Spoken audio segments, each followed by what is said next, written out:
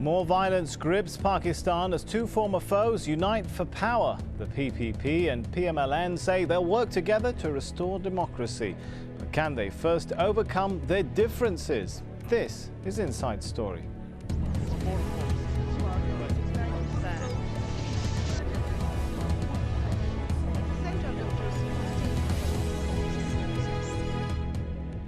Hello, I'm Sami Zaidan. Just 2 days after Pakistani opposition parties agreed to work together, bombs explode in Lahore. Well, the explosions targeted government offices and killed at least 20 people. The coalition hopes it can bring stability to the country and prevent more attacks like this from happening. The two parties signed an agreement Sunday just outside Islamabad. The deal between Nawaz Sharif's PMLN party and the PPP, once headed by Benazir Bhutto, comes after weeks of negotiations. And it brings together groups that have historically been at odds. The former rivals are now pledging to work together to tackle economic problems and armed elements in the country. And all the political parties, including President Musharraf's, will meet on March the 17th. That's when Parliament will convene for the first time since February elections. Well, in order to form a coalition, the two parties have had to overcome some key political differences. The PPP, for example, had expressed willingness to work with Musharraf, but the PMLN had called the president's rule illegitimate, refusing to even recognise him. And while Sharif's party advocated bringing back the judges Musharraf suspended last November, the PPP had said any decision about them should be made by Parliament. Well, the judges' suspension was part of Musharraf's decision to invoke emergency rule and sparked protests. The coalition now says it agrees to restore those judges to office. Well, joining us today, our guest in Islamabad, the spokesman of the Pakistan Muslim League Nawaz Party, or PMLN, Ahsan Iqbal. In London, Maria Kusisto, Pakistan expert and research analyst in Eurasia Group's Asia practice. And on the line from Islamabad, former Information Minister and Pakistan Muslim League leader, PMLQ leader, Senator Tariq Azim Khan. Thank you all for joining us. I could start with Maria and the question, do you think this deal, is it a done deal, or could it still fall apart on the question of who becomes Prime Minister, who takes over some of the key posts in government? Well, I do think that this is a significant announcement coming from the two main parties in Pakistan. However, I think challenges remain. There are two key challenges. As you mentioned, the issue of Prime Minister. Amin Fahim, who has been BPP's top candidate for the position, no longer seems to be as self-given Prime Minister. Also, secondly, I think Musharraf will try to manipulate the political setting before the 17th of March National Assembly is being convened. So, you know, the two parties will face significant challenges. Sorry, what do you mean by manipulate? What might Musharraf do to throw a spanner in the works, so to speak, between these two parties? Well, I think Musharraf has been trying to divide and rule the opposition since the two opposition leaders came back to Pakistan in late 2007, and this is what he's like to try to do.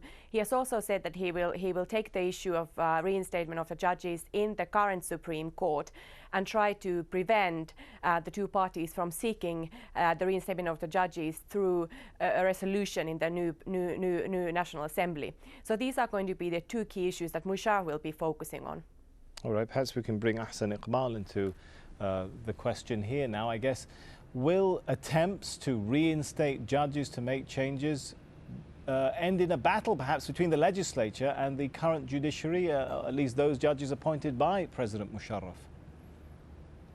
Well, first of all, let me say that on 3rd November 2007, when General Musharraf dismissed the Chief Justice and the other judges of High Court and Supreme Court, he himself admitted that he has made an extra constitutional action.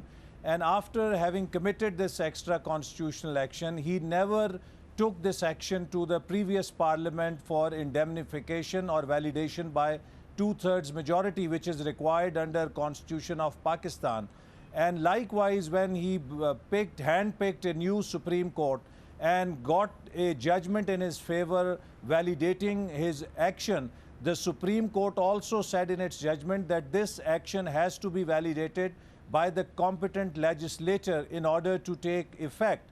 So now we have a new parliament, and if this parliament does not validate this extra constitutional action of General Musharraf, it becomes infructuous, it becomes cancelled. It has no legal constitutional standing, and that is what the two parties have agreed, which have in their coalition about 2/3 majority in the newly elected National Assembly, that they are going to cancel this order, which is ab initio, extra constitutional, unconstitutional, and they will restore the judges to 2nd November 2007 position.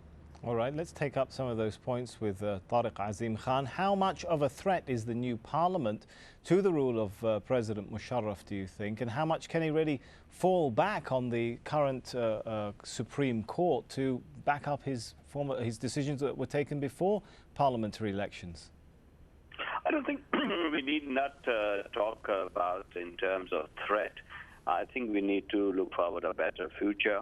I mean, certainly these are testing times lie ahead for Pakistan and the newly established political partnership. And as you quite rightly pointed out in your introduction, this friendship between two old foes. Now, if it works and both decide to forget the old ways and the old personal vendetta against each other, then it augurs well for Pakistan.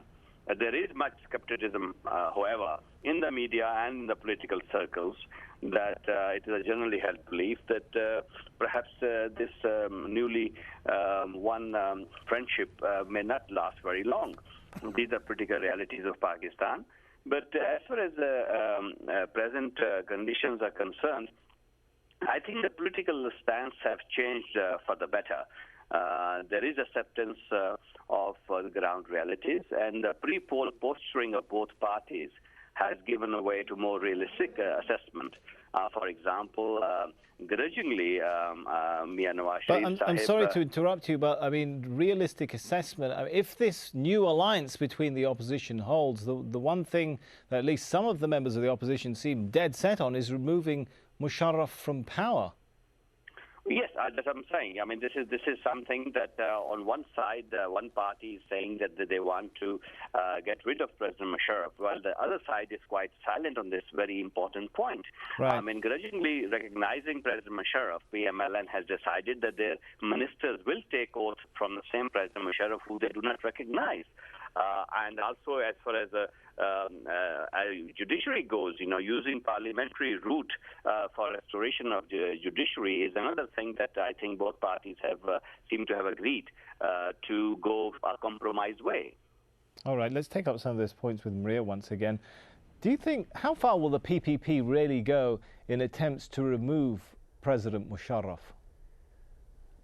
What was actually interesting about this Murray Accord was the fact that the two sides really showed some significant ability to compromise. And I think there is a quite good momentum now taking place between the two parties. Particularly, I think the issue of reinstatement of judges has been a sticking point between the two parties. And now PPP agreed that they would push for the reinstatement of the judges, and the Pakistan Muslim League N agreed that they would not immediately push for Musharraf's impeachment. So I think there is a lot of good momentum. I think the question is, will this good momentum last beyond short-term political aims and agendas? Will it also last and will it also deliver on the sort of policy fronts, and particularly in terms of issues of economic development, social issues, power crisis, food crisis, and particularly terrorism and security-related challenges in Pakistan? Right, there's a number of things to pick up there on, but I wonder if we can go over to Ahsan Iqbal. First of all, what exactly has the PMLN agreed to in this agreement vis-a-vis attempts to remove Musharraf from office? Have you agreed to not push for that in the short term, in the immediate term? Perhaps you can clarify for us. Well, I think first of all, we have to realize the issue is not whether any party wants to remove Musharraf or not. We have but to that now was, sorry to judge. interrupt you, but that was the issue which Nawaz Sharif seemed to make his issue during campaigning. He said it very clearly, wants to remove President Musharraf from power, that his rule was illegitimate. Let me just finish. What I'm saying is that the real issue which we have to understand is that after 9th March 2007, when General Musharraf dismissed the Chief Justice of Supreme Court, there are new dynamics in Pakistani society. The lawyers movement, the civil society, intelligentsia movement for restoration of judiciary, Chief Justice, and the freedom of media have really created new dynamism in Pakistani politics, have changed the aspirations of people of Pakistan. And as a result, what we have seen that General Musharraf, who staged a fraudulent presidential election in the before the previous parliament was about to finish its term. The people in the next election completely rejected, routed that King's party in the elections and voted for those opposition parties which had opposed General Musharraf's presidential election. Thereby, people have given a very clear verdict against General Musharraf.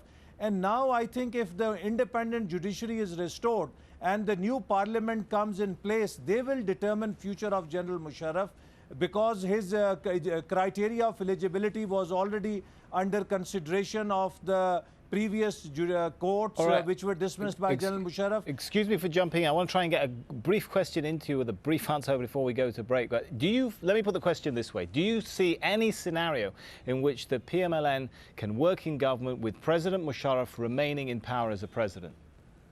No, I think now all the 5 assemblies which have been elected, General Musharraf does not enjoy confidence of majority in any of the 4 provincial assemblies and the National Assembly. So I think when the new assemblies will come, they will be within their right to ask for new election of the president, which under the constitution should take place after new parliament comes in. All right, we've got plenty more to talk about. We're going to take a short break now. When we come back, talk about the joint PPP-PMLN plan of action to weaken the president to restore democracy. Stay with us.